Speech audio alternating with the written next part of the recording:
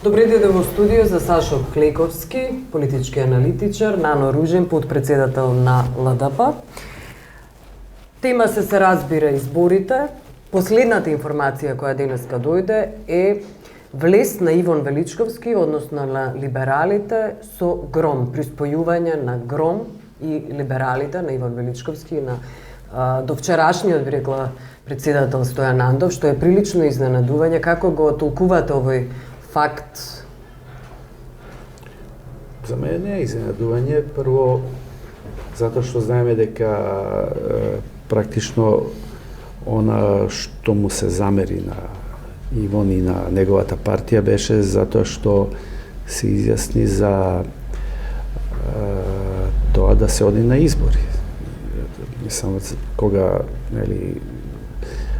Црвенковски беше начело на СДСМ и мислам дека тој е сепак во една одбрал партија која е еден вид, да кажам, според овие неутрално, па кон тенденции не дефинирана, кон тенденции на опозиција или бар настојува така да се тврдат дека се опозиција. И така што е тоа добар изговор, дотолку повеќе што претпоставам дека во преговорите со актуелната власт на СДСМ не е нашол некој соодветен позитивен одговор кој што би го задоволил или некое место. И според тоа, малите партии често лавираат и тоа е еден добар, мислам, тоа е единствено логичен потек. Претпоставам дека во ВМРО нити имало интерес од нивна страна, нити пак и од негова страна. Тоа е И за мене не е изненадување. Либералната партија на локалните избори се обиде да демонстрира колку може и како може, и во ВМРО-ДПМН и во СДСМ стално велат дека кога ќе влезат во разговори со коалицијските партнери, им треба еден кинески парламент за да ги исполнат сите желби и амбиции. Мислам, местата се тие и сите партии приоритизираат. И се чини дека либералната партија во меѓувреме покрај локалните избори направи уште една погрешна процена. Тоа беше со законот за забрана на употреба на сонцето од кутлиш. Не за дали е потребен или не потребен, туку без никакви политички консултации го внесе во парламентот и само еден пратеник, односно само Иван, го подржа законот. Тоа е неуспех политички. Вие ако не убедите уште бар тројца, четворица пратеници да ве подржат, нема логика да предлагате закон. И мислам дека неминовно беше дека ќе се најде во една немилост во поголемите структури, а со Гром има одедена соработка, ми се чини по претходниот период за време на локалните избори потоа. И тоа е феноменот на малите политички партии. Всушност, постојано се бара некоја тема. Зошто воопшто тогаш постојат малите политички партии? Се бара тема која види нешто многу интересно, пошто добар дел од овие луѓе се што се прибираат повторно се од ЛДП. Јас, например, не можам да им поставам на Стојан Андов и на Гошев што е стои ЛДП, пошто ЛДП достигна еден капацитет на сериозна трета опција и после почна да се растура. Излезе либералната Соандов, излезе Стев Чаца, Коцевски предал СДС, Милија Поповска го направи дом и од една сериозна трета опција се раздоби во нешто што се намали мокта на влијање на главните политички текови, пошто вие мора да имате одреден мок за да влијаете на ВМРО-ДПМН или на СДСМ.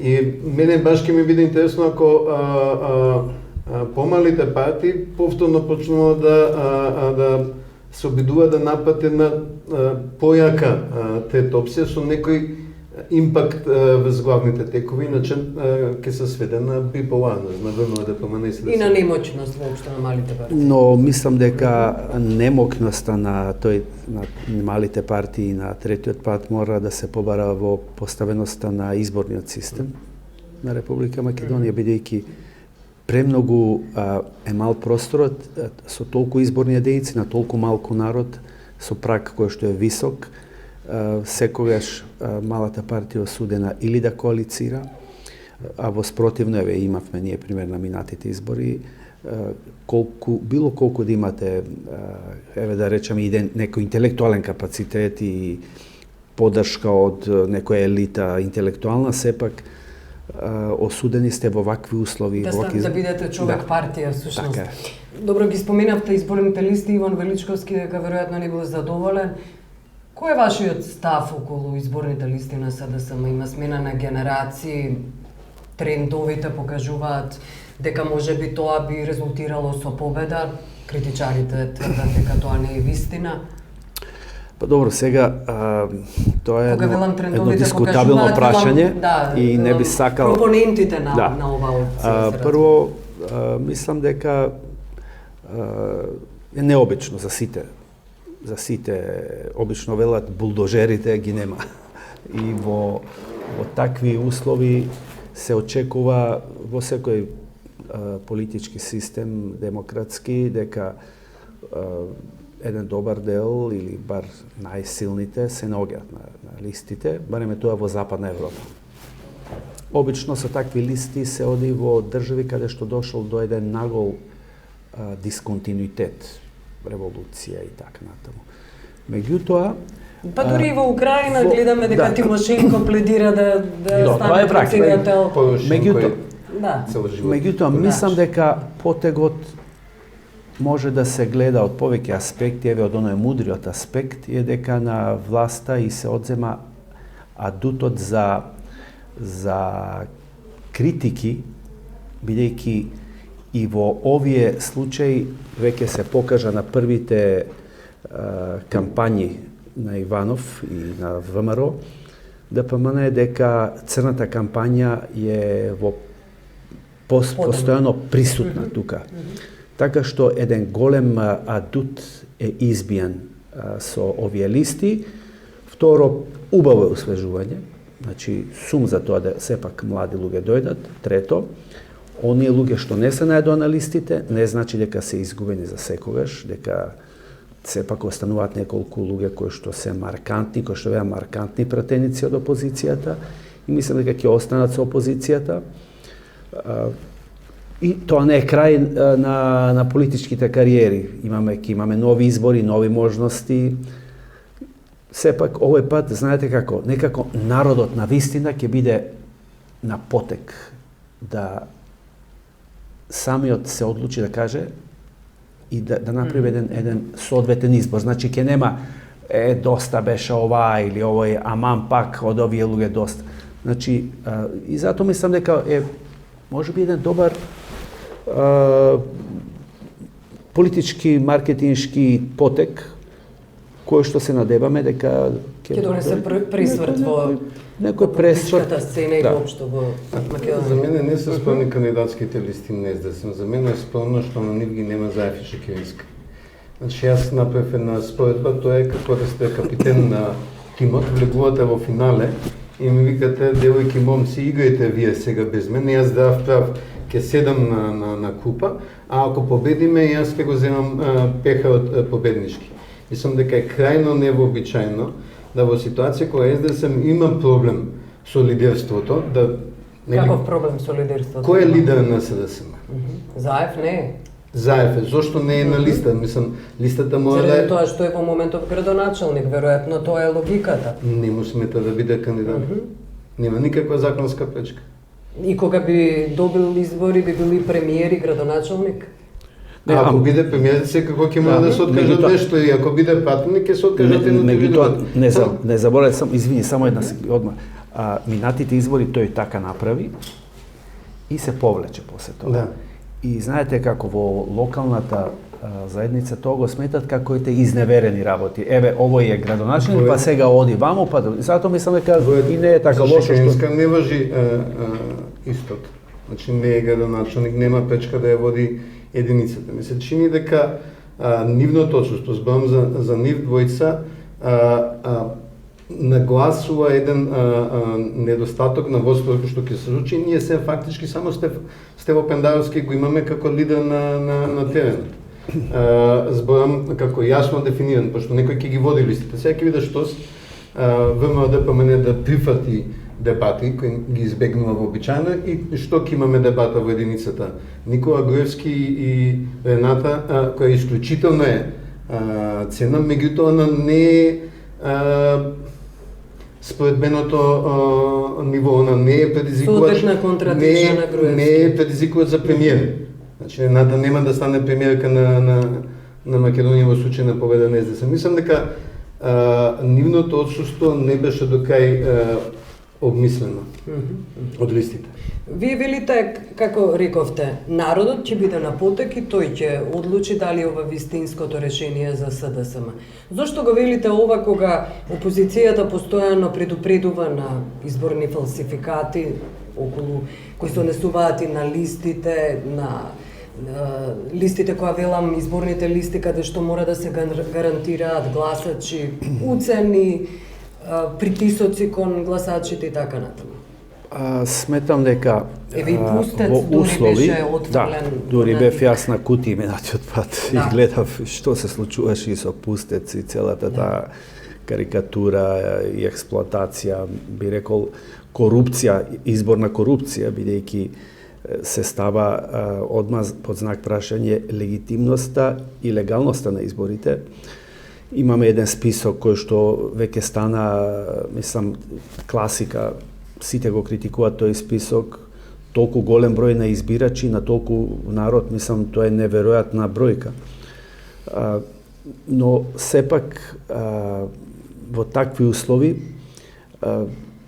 му се дава можност на народот, бидејќи има голем број на неопределени, кои што ја делат судбината на целата социјална драма во Македонија, на голема стапка на невработени, на луѓе кои што се разочарале во вредностите, сиромашени и така натаму, кои што едноставно сакаат нови лица. Едноставно за нив појавата на ново лице е можеби некој гарант за промена. Во услови каде што вистинските вредности се загрозени, нормално дека секоја промена дава некоја можност да се надевате на нешто. И затоа мислам дека плюс тоа е една широка демократизација во политиката. Например, нема веќе монополизам, тој ќе биде, па тој и тој. Се отвори простор за сите. Тоа значи дека во СДСМ може да успеат и луѓе кои што се помалку познати. И тоа е добро, значи тоа е здравото во партијата. Па да, беше обвинувано СДСМ за елитизам, принце. Да, мислам дека што се однесува до капацитетите на Рената, мислам дека таа успешно би се носела во секој двобој со премиерот, бидејќи сепак и академски граѓанин, значи кој што но за жал и тука мислам дека нема да дојде пак до дебата, бидејќи ДПМН избегнува со години, а да не кажам дебата, тогаш телевизиско соочување. Да, соочување, да. Добро. Околу изборните листи, господинот Ружин спомена фалсификување на избори, корупција на гласачите. Зошто воопшто опозицијата тогаш влегува во избори? Кога предупредуваат за тежок фалсификат, дека изборите не се фер и демократски, однапред дека се знае победникот.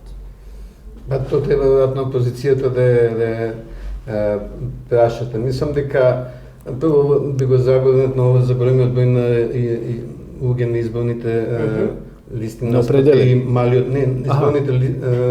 наспроти малиот број на жители во Македонија.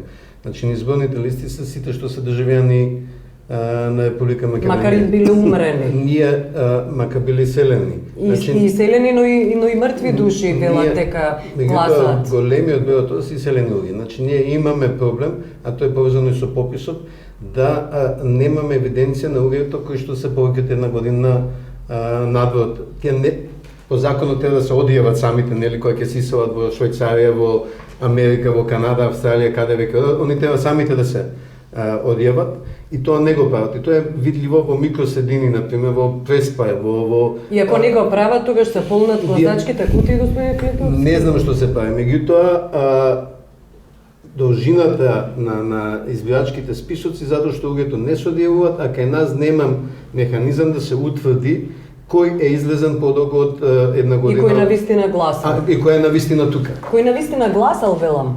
Па сега ќе набележуваат. Ќе набележуваат со И мртвите души ќе ги обележуваат. Господинот Тито Питковски беше на интервју и каже дека неговиот татко постојано гласа. Дори некогаш земал столче да го почека, да го види. Старби. Да. Не верувате во тоа? Значи, јас не сум на избирачките одбори. Во избирачките одбори има еден представник од власт, еден представник од опозицијата. Да. Мислам дека до опозицијата е да не ги прифати извештаите. Така, добро. Улогата на албанскиот блок. Вие пред малку споменавте национално единство пред да започнеме со оваа дебата.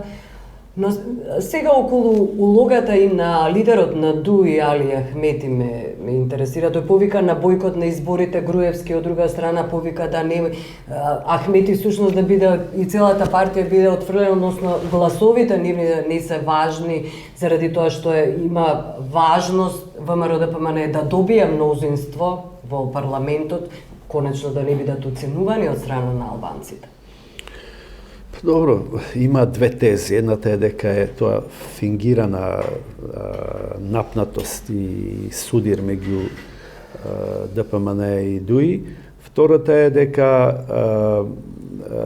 навистина постојат одредени недоразбирања, дотолку повеќе што албанците гласачи кои што се со така интелектуалците албанци се многу повредени од однесувањето на лидерот, бидејќи ДУИ прифати се, практично прифаќа постојано се, и иако и покреветувањата дека еве ќе излеземе од власта, ќе направиме, ако не влеземе во НАТО и така натаму и така натаму. Факт е дека ова е една политичка игра, мислам и воопшто политиката е политичка игра. Политичка игра во смисла дека главната цел на оваа, би рекол, американска теорија е дека најбитно е да останете во играта. Значи да не добиете црвен картон, како на теренот на фудбалот. Да останете да играте што е можно подолго време, и бидејќи од друга страна вашите ривали сакат да ве отфрлат, да ве однесат на клупа, да ве повредат, да ве исфрлат, судијата да ве исфрли. Разбирливо е дека при тоа се дозволени сите видливи и невидливи методи, технологии. Така што ДУИ ја игра таа игра, сака да остане во игра. Од ненадеж прави разни свиутоци, го контролира гласачкото тело, знаеме како се контролира во една транзициона држава како Македонија тоа гласачко тело. Постојано се игра на меѓуетнички теми, значи сега во последно време, например, почна и со името, да, и тука се слагам со една од ретките работи со кои што се согласувам со примерот Груевски, кога кажа дека се праша зошто албанските партии се занимаваат само со етнички прашања. Навистина, фрустрирачки е, после Охридски договори, после одредена мултиетничка демократија која е млада, да постојано лепдеат некои незадоволства, некои манипулации, мултиетнички прашања и така натаму. И затоа мислам дека Велите играе политиката. Игра ли е демократијата? Заради тоа што демократијата подразбира слобода на медиуми, независно судство. Демократијата е рамката. Значи игралиштето е демократијата. Така. Столбовите на таа демократија се изневерени од страна на коалициониот партнер за кој велите дека сака постојано да влезе во играта. Едно од ограничувањата на демократијата во Македонија и правилото што го наметна ДУИ, победникот од една страна формира влада со победникот од другата страна, условно што автоматски го дели нашето општество на две страни, или прва и втора, или како сакате. И тоа е еден битен лимит на политичкиот надпревар, пошто ние сега со таа обврска дека првиот со првиот, без разлика како се они идеолошки ориентирани, може да имате левичарска партија од едната страна, да може да прави коалиција со десничарска од другата страна. Ние го убиваме политичкиот надпревар, кој мора да биде идеолошки, а не племенски надпревар. Ние за да ја обновиме, да го обновиме политичкиот надпревар, мора да го напуштиме тој концепт на победникот од едната прави коалиција со победникот на другата. Јас знам зашто Дуј го брани тој концепт, бидејќи Дуј со ДПА, која очигледно и одговара да биде во опозиција, си ја фати позицијата на турската партија во Бугарија. Која е да е владата, они си се во... Но ако народот им го негирате правото на глас на народот, Ама тоа значи дека ние имаме две единици, не 6 изборни единици, туку две изборни единици, и во едната изборна единица си бираме еден победник, во другата изборна единица бираме друг победник. Значи јас верувам дека мора да го разбиеме тој. Зошто опозицијата се чувствува изневерена од Дуј, затоа што Дуј сака првиот со првиот да прави. Они се свесни дека кога они ќе отстапат од првиот со првиот, направат коалиција со СДСМ како опозицијска партија, дека ВМРО следниот пат ќе има право да избере друга Но според вашава логика треба да имате една изборна листа, ВМРО, ДПМН и Дуј. Да, коалиција да има. Значи јас кога зборат они за консензуален претседател, не може консензуален, пошто ние никогаш нема да се согласиме за еден претседател, баш кај ќе губи надпревар, ние мораме да имаме надпревар. Ја верувам во коалицијски кандидати. ВМРО да помене со ДПА, СДСМ со Дуј, мислам, нека си се договорат, значи може да има коалицијски. Меѓутоа ние мораме малку да се поместиме кон идеологија, а не кон етнички организирани гласања. Ова кога битно е само кој бил прв на едната и на другата страна, убива било каква идеологија. Но мислам дека ова правило што го кажавте никаде не е запишано. Така што може да има исклучоци. Може Тачи да влезе во коалиција. Може Тачи да влезе, може да влезе, да, например, да видиме прво кој ќе победи. Ако победи СДСМ, ќе влезе со, предпоставувам, со Дуј. Меѓутоа, па да се случи мала да биде разликата меѓу ДПМН и СДСМ, например да победи ДПМН за 3-4 пратеници, може да се случи пак некоја комбинација меѓу СДСМ и Дуј, така што однапред тоа не би требало да го Јас ќе се радувам на моментот кога Дуј ќе направи коалиција со второпасираната македонска партија, ако има тоа што они го декларираат. Јас ќе се радувам на тој момент што тоа ќе биде отстапување од еден малтене федералистички. Има добар изговор. Има добар изговор. Концептот идеолошки не се согласуваме, ние сме тие од секојаш дека се левичар. Која инсистира да влезат место ДПА во владата. Тогаш не важеше идеолошки концепт. Да. Иначе за ова демократијата што рековте, мислам тоа е толку јасно дека сме ние една искривена демократија, дека поделбата на власта прво на класична според Монтеские не се респектира. Значи нема заемна контрола меѓу извршната и судската и законодавната, туку извршната ги контролира сите. Второ, дека системот на чек и баланс, кочница и рамнотежа, каде што четвртата власт, например, опозицијата, постои, но таа е хендикепирана, бидејќи медиумите се контролирани. И дури е смешно некои од овие аналитичари на власта, кои што кога ќе кажат, па и некои пратеници, ние сакаме силна опозиција, бидејќи тоа е здраво за демократијата. Ако сакате силна опозиција, дајте им слобода на медиумите, бидејќи медиумите е оној кој што дозволува таа опозиција да дојде до глас, да ја критикува и да биде еден постојан чувар на таа демократија. Другите се, останатиот дел од таа четврта власт би рекло се невладините организации, цивилното општество и така натаму. Само тогаш би имале. Има уште еден чек поназад, тоа е демократијата во самите политички партии. Вие не може да градите демократија во државата ако нема демократија дома во политичката партија. Дури на пратениците им е поважно колку ќе му се допаднат на лидерот, пошто кај него е печатот за да ве стави на пропорционалната листа. И ако сте меѓу првите 5 ќе бидете избрани без разлика што мислат граѓаните за вас, ние ќе имаме пратеници кои се целосно зависни од политичката лидер. Затоа големите партии не ќе отворени листи. Отворените листи колку толку ќе предизвикаат да пратениците одговарат на граѓаните. Ке се знае кој За добил кој, да. 2000, кој добил 10.000 Како во Германија. гласа.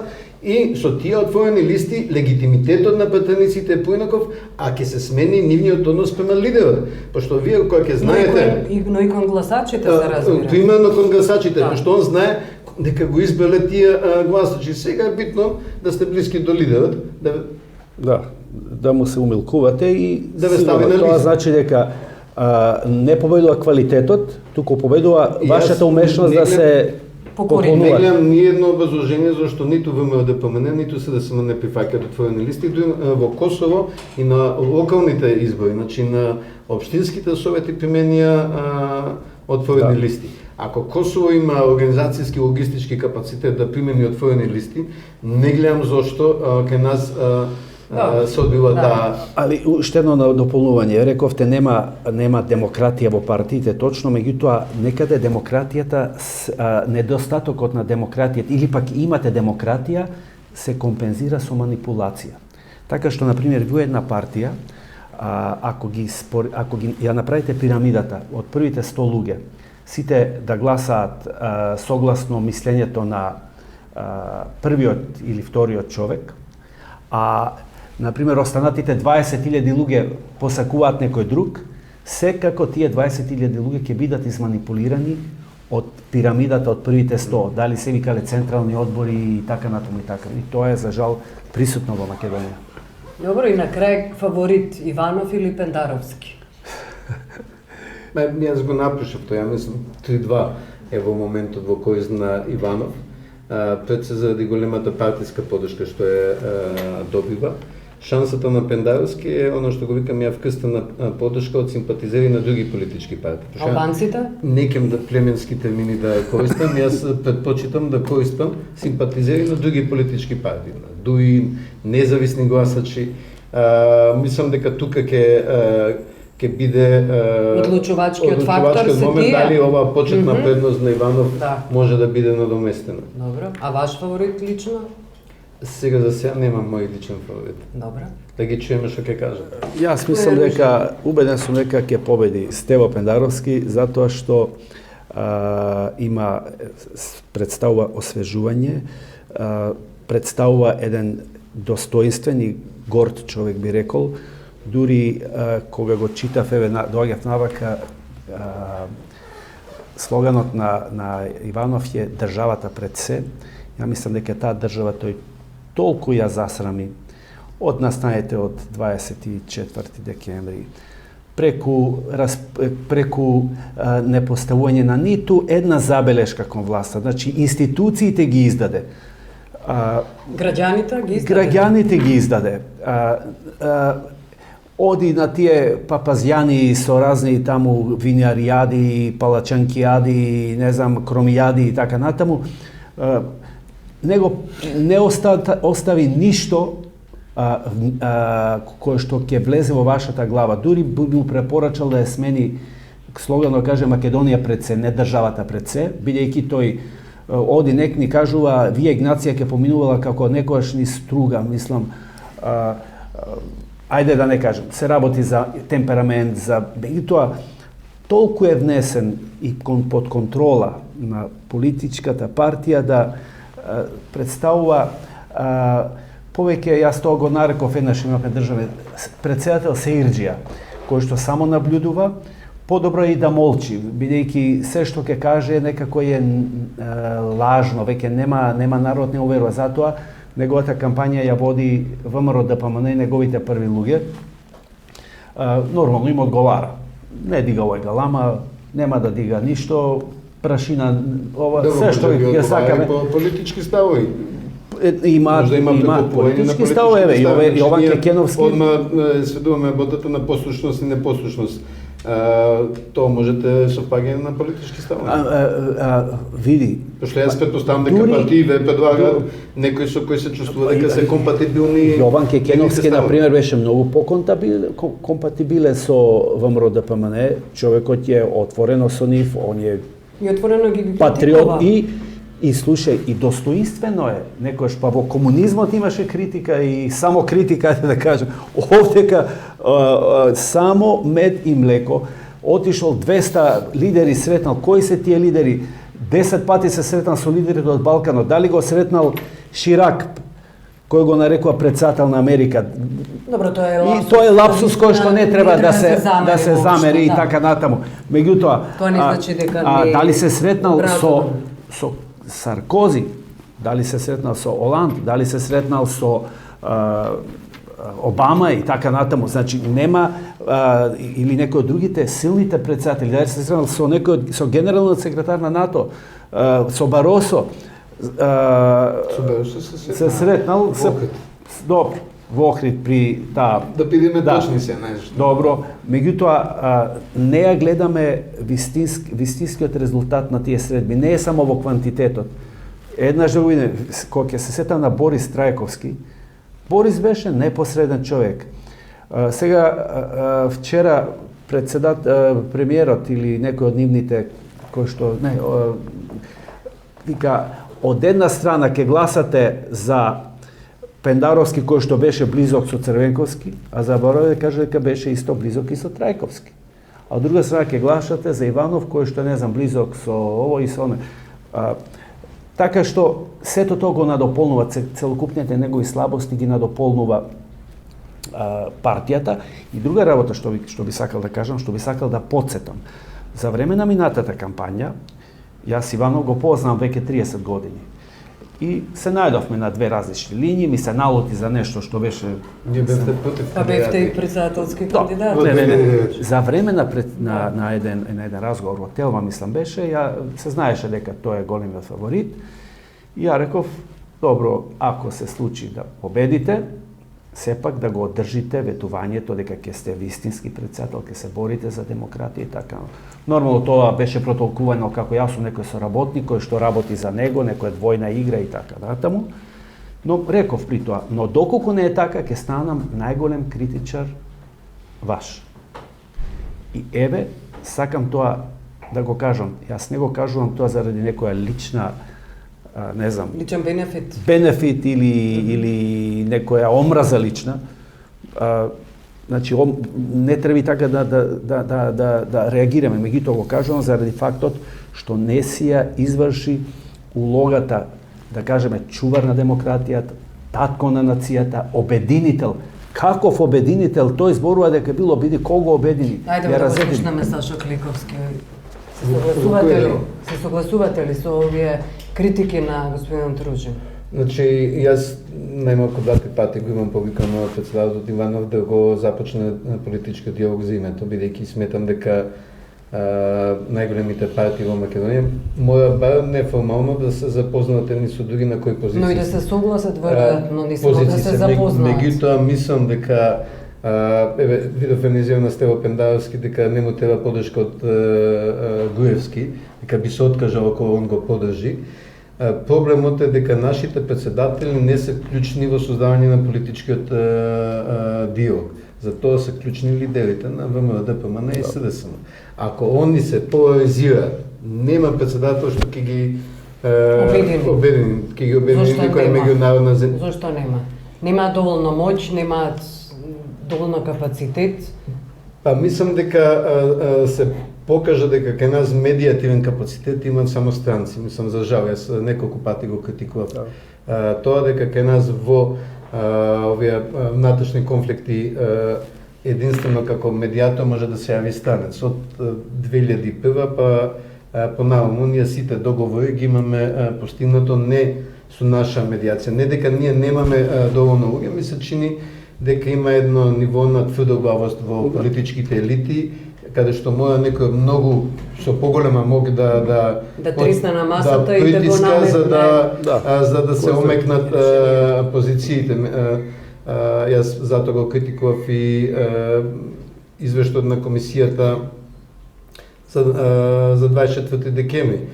Беше страшно жално дека ние моравме станци да вклучиме, пошто имаше доволно личности кои можеа да го водат внатре процесот. Ете, вие да имате надвршен консултант од Белгија кој знае 25 уставни системи, па да ни каже технички решенија кои се најдобри. Меѓутоа, некако мислам дека И затоа е клучната критика за недостаток на политички диалог.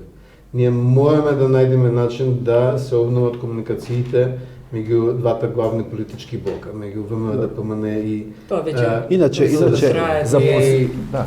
тие апели.